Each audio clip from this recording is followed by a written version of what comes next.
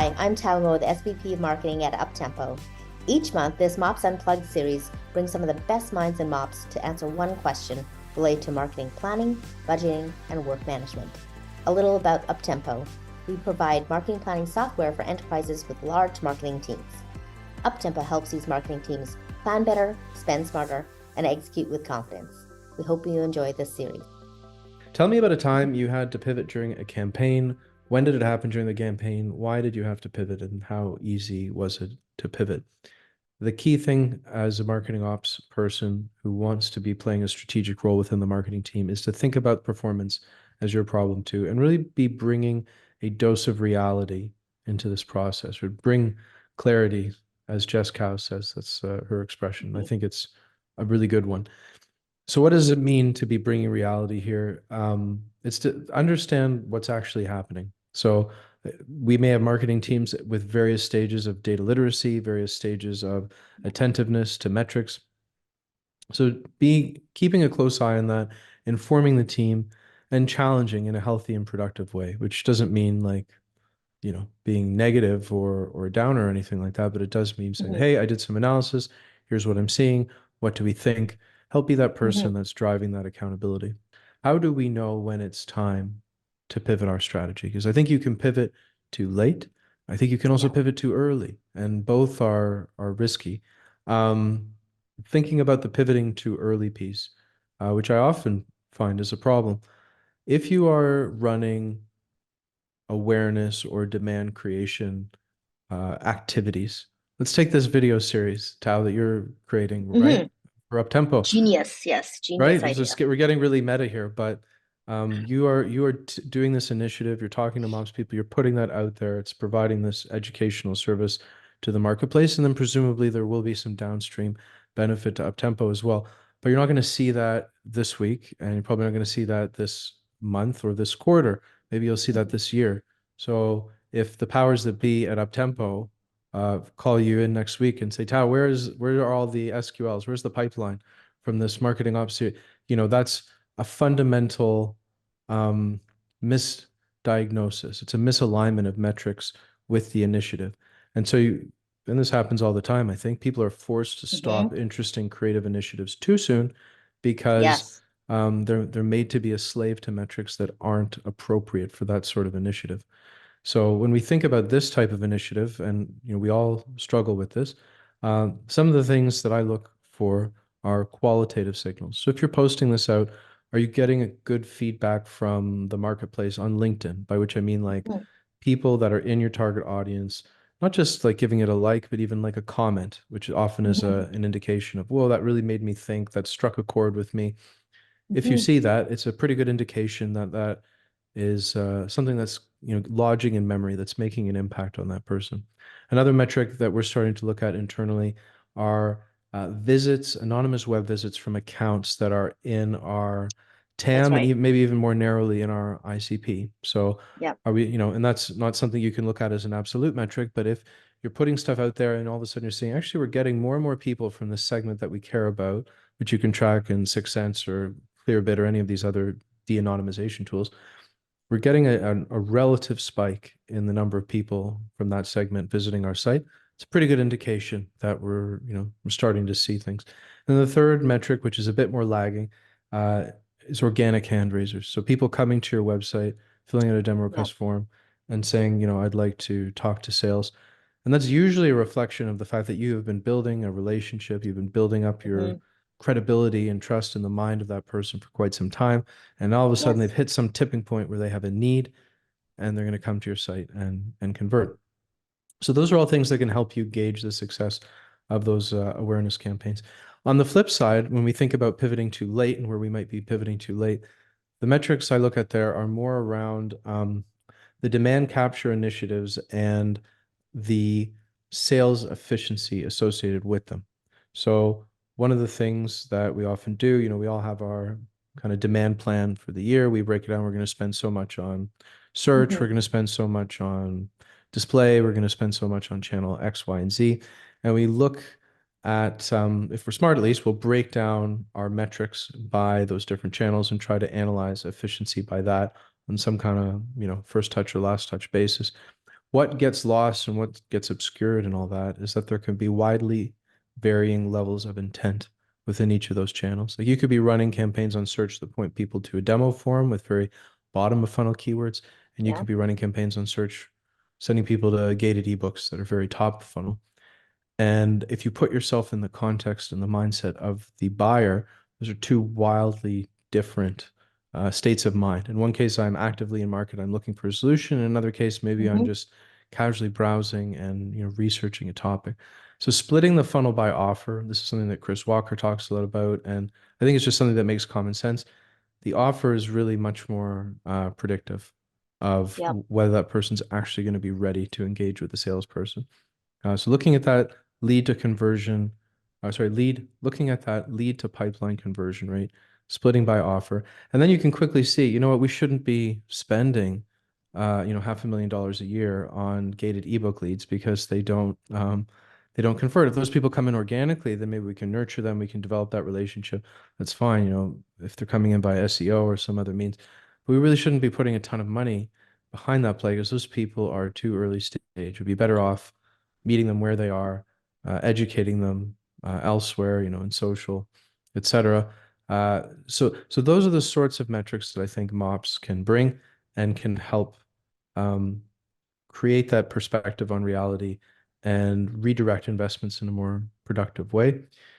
And then lastly, I think if we decide that it's time to pivot, it's about where and it's about how.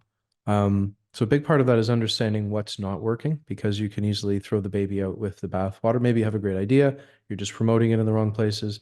Maybe your creative sucks. Maybe it's a messaging issue. Maybe it's a technical issue. I once had a big drop in my funnel. I was working for a PLG company with a free trial. And ultimately, after a lot of investigation from a broader team, it turned out that it was because there was an issue with SendGrid, which was sending like our welcome email when somebody created a trial account, and it wasn't working. So all of a sudden, those people weren't getting their emails. That email was like a big prompt to actually get them to engage with the trial. So that had a huge issue. So you could say that the trial stopped working, or if you dig deeper, you can actually uncover root causes that may be very surprising. I think more often than not, what I've seen when you're launching campaigns and they're not working is that it's fundamentally a kind of go-to-market fit problem, often a messaging problem. Another great example of this with the campaign that didn't work is we had a campaign that was really successful with a particular segment in one market. There was a retail segment, and we thought, let's transplant that to another market and run it there because we have a lot of successful retail customers here. It should work over there. What we missed completely was that labor laws are different between those two markets. Attitudes are different from professionals working in those markets. So something that, was a real great fit in one market, it was like running into a brick wall at full speed in the other market. Didn't get any traction whatsoever. I would say that generally working really closely with product marketers and other people who can research those things beforehand, that's going to save a lot of pain of having to do that kind of pivot later on, or pivot, or even just, a retreat and saying that we were barking up the wrong tree there. So a little bit of research is worth a lot of reinvention in the middle of a campaign. Let's go back to February, March-ish of 2020. And we were in full speed mode for the 2020 Adobe Summit. And if you recall, something happened in the world at that point in time. And Shantanu announced that Adobe Summit would go from being in person to being virtual. And we wouldn't move the date. So everything had to proceed.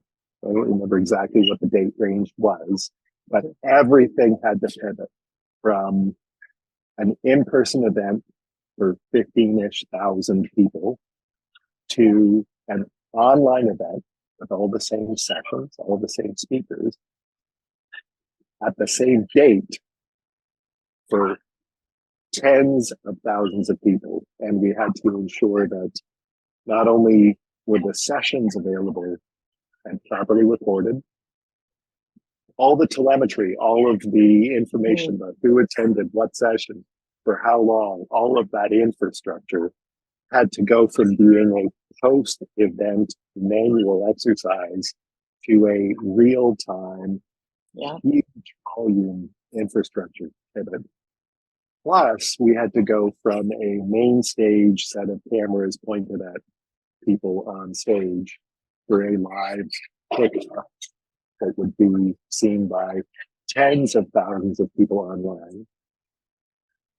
Because this was in the middle of COVID, and because Adobe was one of the first and only in-person events to go virtual that year, we needed to be able to immediately support streams in the hundreds of thousands of people for the day of live event keynote launch. Wow. So it was a significant technology infrastructure pivot. It was a significant field event to virtual event pivot.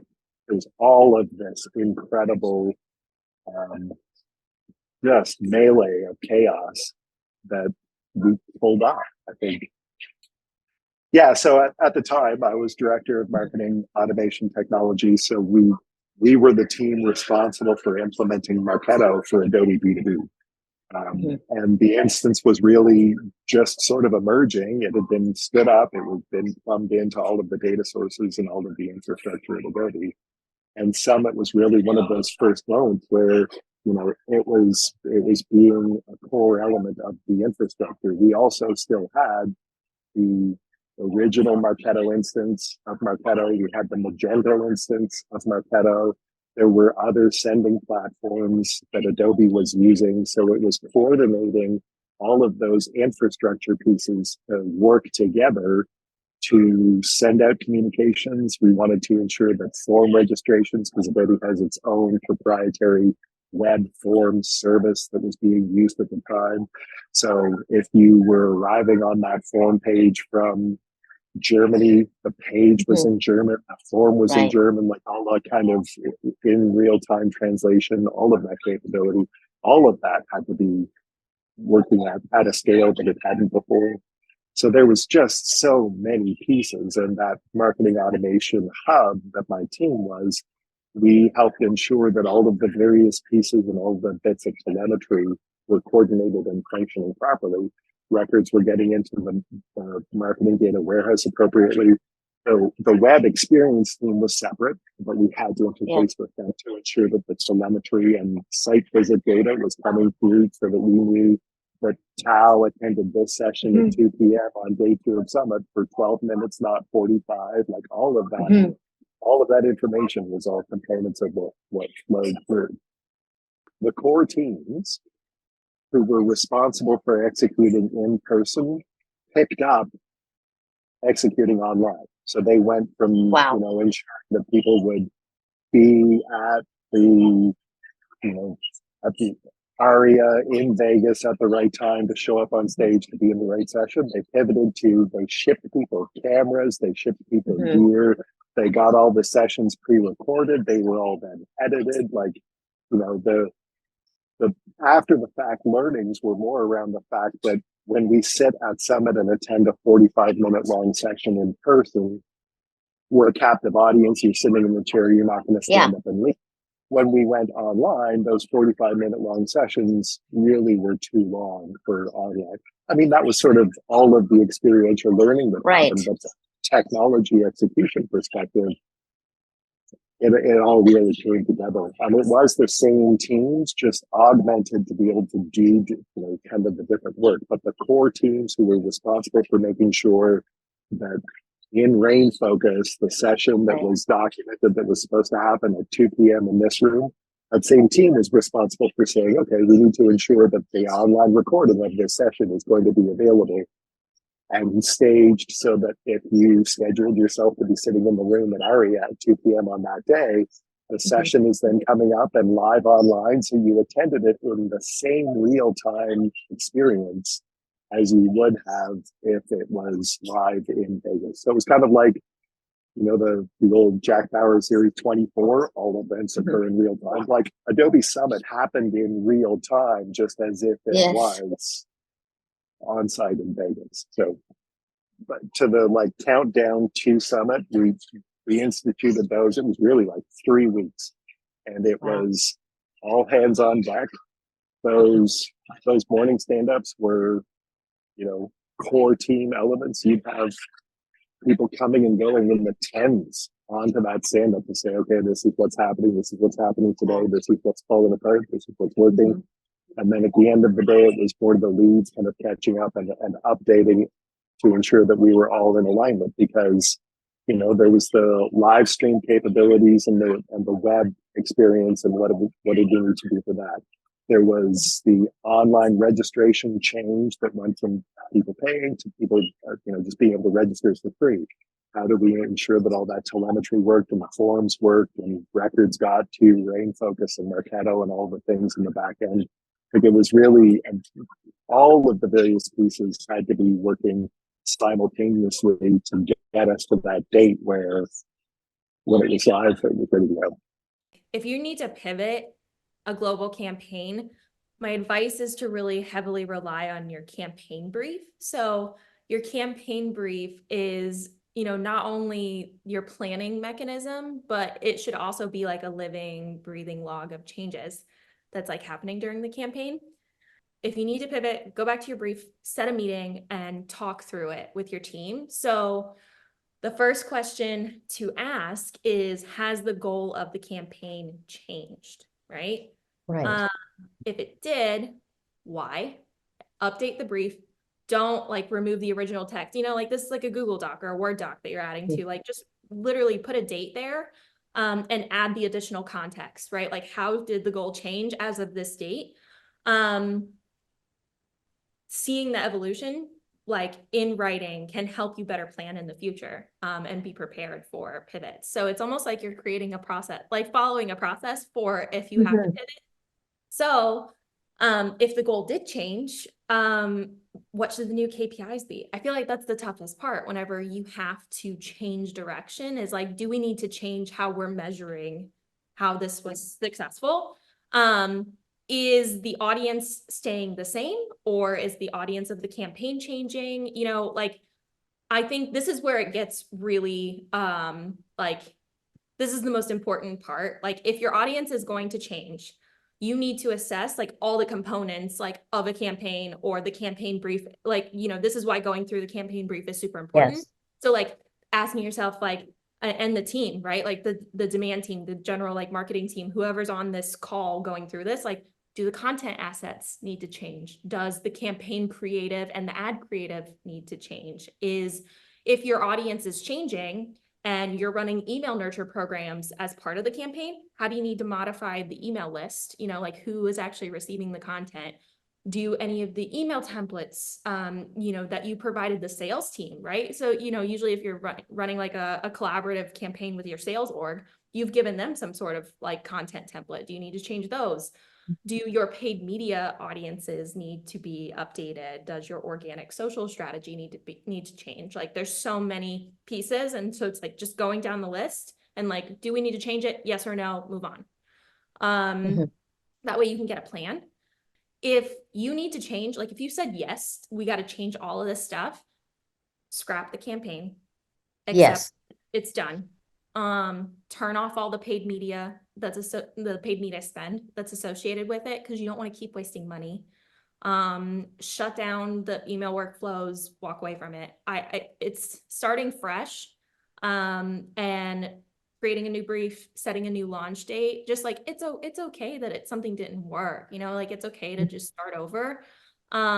It's much more healthy for the team to do that, instead of trying to edit in real time, like when paid spend is still running, like everything is live. Editing live means there's so much more room for human error and mistakes. And honestly, no one deserves the stress that comes along with that. So there's that side of it. Now, the other side of it, like if factors like lack of conversions are, that becomes the reason that the campaign needs to pivot. I think there's a couple of things that you need to look at. Identifying where the drop off is happening. So and how that aligns with the campaign KPIs. So where are, your prospects or your visitors falling short? Is it on the content download page? Is it on the book a demo page? Is it lack of email clicks? So then once you kind of narrow down where it's happening, then you need to evaluate your call to actions. Does the CTA make sense for like where the person is in their buying journey? And then the other part of like evaluating your CTAs is super important. Does the content offer that you're offering in the CTA, does it overlap with intent topics that the prospect showed interest in? So like once you've narrowed down where the drop off is happening and like you looked at the CTAs, try to replace one at a time, like one CTA at a time. That is like marketing is exactly like a science experiment. And you only need to change one variable at a time when you're trying to figure out how to remedy an issue like that. So that's usually how I try to recommend that the team runs, is like we test one thing at a time. Check it every 2 weeks, especially when you're trying to see what's going to help make conversions better or reach those KPIs. So those are the two main areas that I would focus on when you need to pivot a campaign, relying on your campaign brief to try to go through and see if you need to change the overarching goal and all the components involved, or seeing where you can adjust when it comes to boosting conversions. I think there's this assumption in the marketing ops world or in the marketing world that marketing operations professionals, like all of us, do campaigns. That's all we do. That's what we live, breathe, eat, drink, sleep, is campaigns. And I think those of us who are in platform operations, in dev mops, like all those pillars that aren't in the day-to-day, in the weeds with campaigns, kind of feel like we don't get a whole lot of respect. And I'm not going to sing. I have Aretha Franklin's song on my playlist.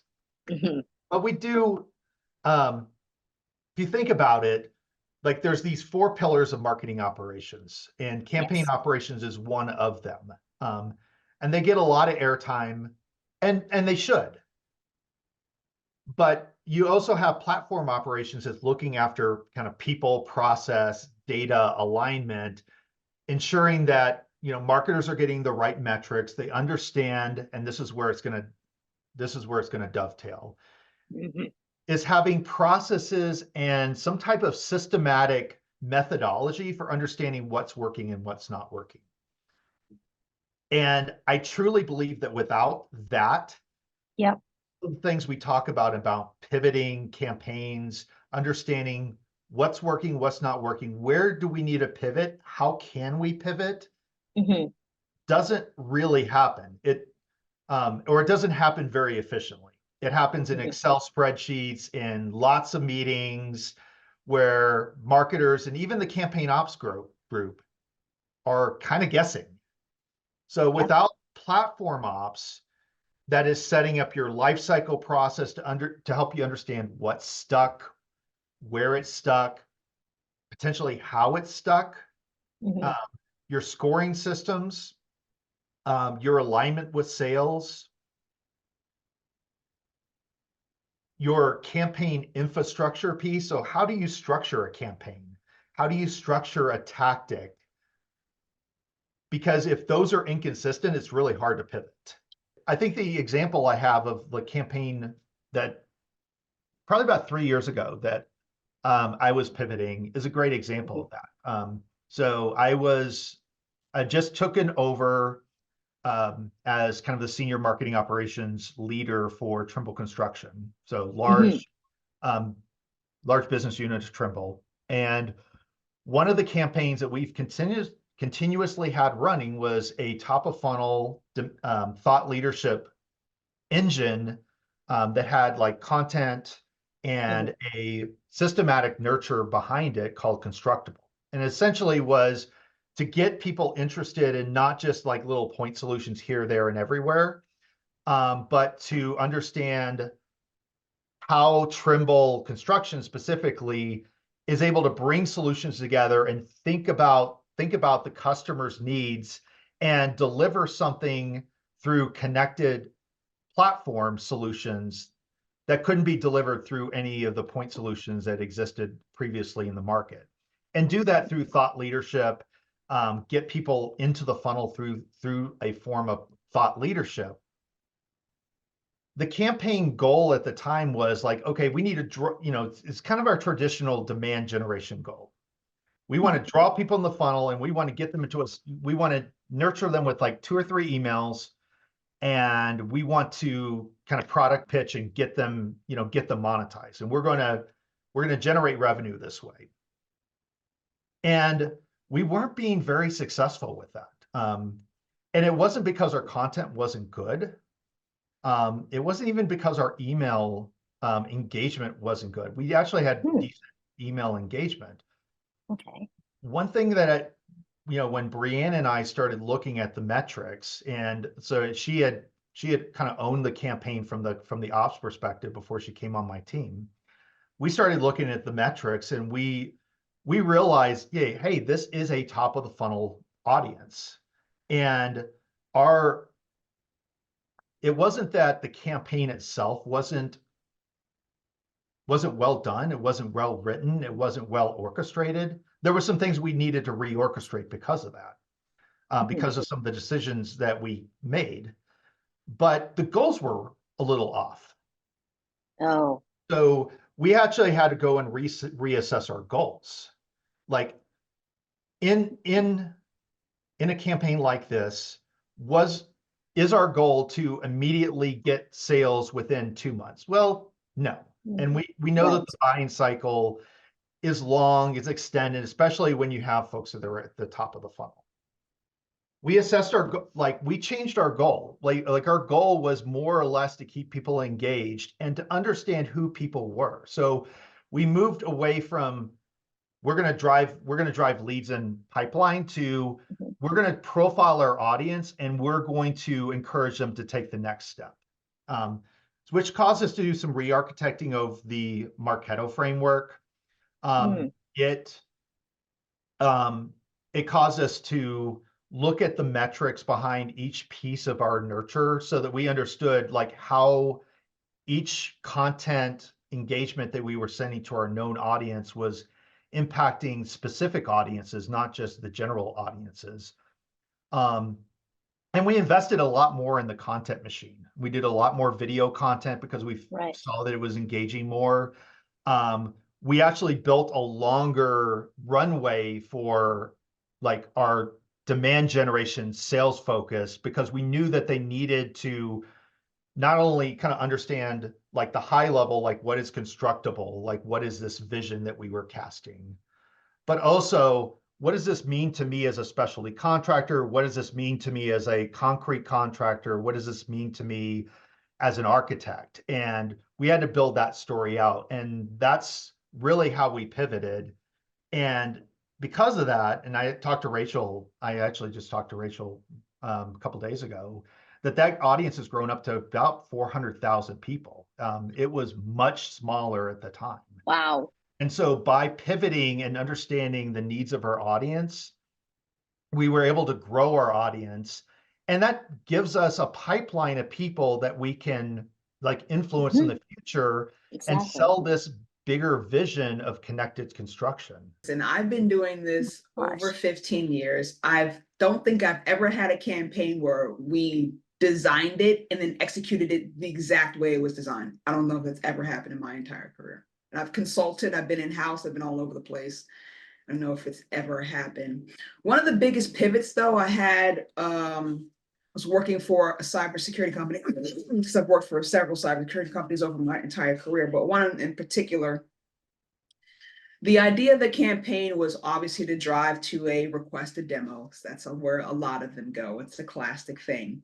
But one of the things that stood out is the original design was sort of your classic setup where it's like, have a white paper, have an advertising, do a nurture, so on, and then drive into the demo. And we realized like partly way through, it's like, this doesn't really work really. Like where people, you have to meet people where they're at. You know what I'm saying? It's like, if they don't know anything about you, none of this stuff is really gonna work. Epiphany, let's do marketing. Teach people, we'll meet them where they're at. So we designed this entire sort of buyer's journey, which was really cool. So it's one of the first times that I really like sat down and designed a campaign to sort of meet people in the buckets where they were at. So the campaign sort of went like, if you don't know anything about us, then you do the traditional top of the funnel stuff, the advertising, retargeting, sort of paid media sort of thing. And then that had a set of actions that went along with it. And it set its own metrics that went along with it. So we were grading that on like impressions and conversions and things like that. And based on how those were, we created baselines, and then we went and optimized the campaign on those baselines. That was that. So like once you got engaged in that way, then it was like, okay, the retargeting is how we're going to then jump those people from one stage to the next. So, you know, let's call it intro stage, the middle part. And then that had its own set of activities and tactics along with it. So again, more traditional sort of like download this asset, engage in this particular webinar, that sort of thing. But still, at least it had its own, like, this is the section where these things, you know, fit into. Again, had its own sort of baseline metrics and conversions. And then the next stage down, I think it was the sort of like a nurture sort of continue education sort of thing to then drive them to the demo, which I thought was like, at least this is the next step of like each stage has its own metrics. It's not like we're all grading this on this conversion, which it doesn't work, right? So it's like, and then we can optimize based on that particular stage. So if things weren't happening the way we weren't in the intro stage, then we tweak that campaign. If it wasn't happening within the intro stage, we tweak it there, right? So it's like you can isolate your own, the tactics within that own stage to then bring people along. And you can grade based on that stage, so you can grade that action more fairly. So again, people do like, I'll do a webinar. How many conversions did we get off that webinar that turned into opportunities? Again, those people are in wildly different stages who attended that webinar. They're all over the place. They're not aligned. You know what I'm saying? It's like the webinar is for this particular stage. Did it do its job in this particular stage? Do we need to have different webinars in this particular stage? Do we then need to target a different audience based on this webinar in this particular stage? So you had way more like control over that particular campaign for that particular stage. So I like that, doing that a lot, instead of just being like, oh, let's do a webinar and put them in a nurture, and then they're going to magically return opportunities. Like that doesn't, no. It's like people really don't understand the audience that they're talking to. They just think it's a monolith, and it's not at all. Exactly. No, it's not. You know, I've had pivots with go-to-market strategies where, you know, a client wants to, you know, in fact, due to leadership really is honestly where it came about. So like recently we, so I'd worked with a client, they were a sales-led motion recently, and they were trying to go more downstream. So they were trying to create more of a self-serve model that was easier for the customer to talk to the sales rep directly.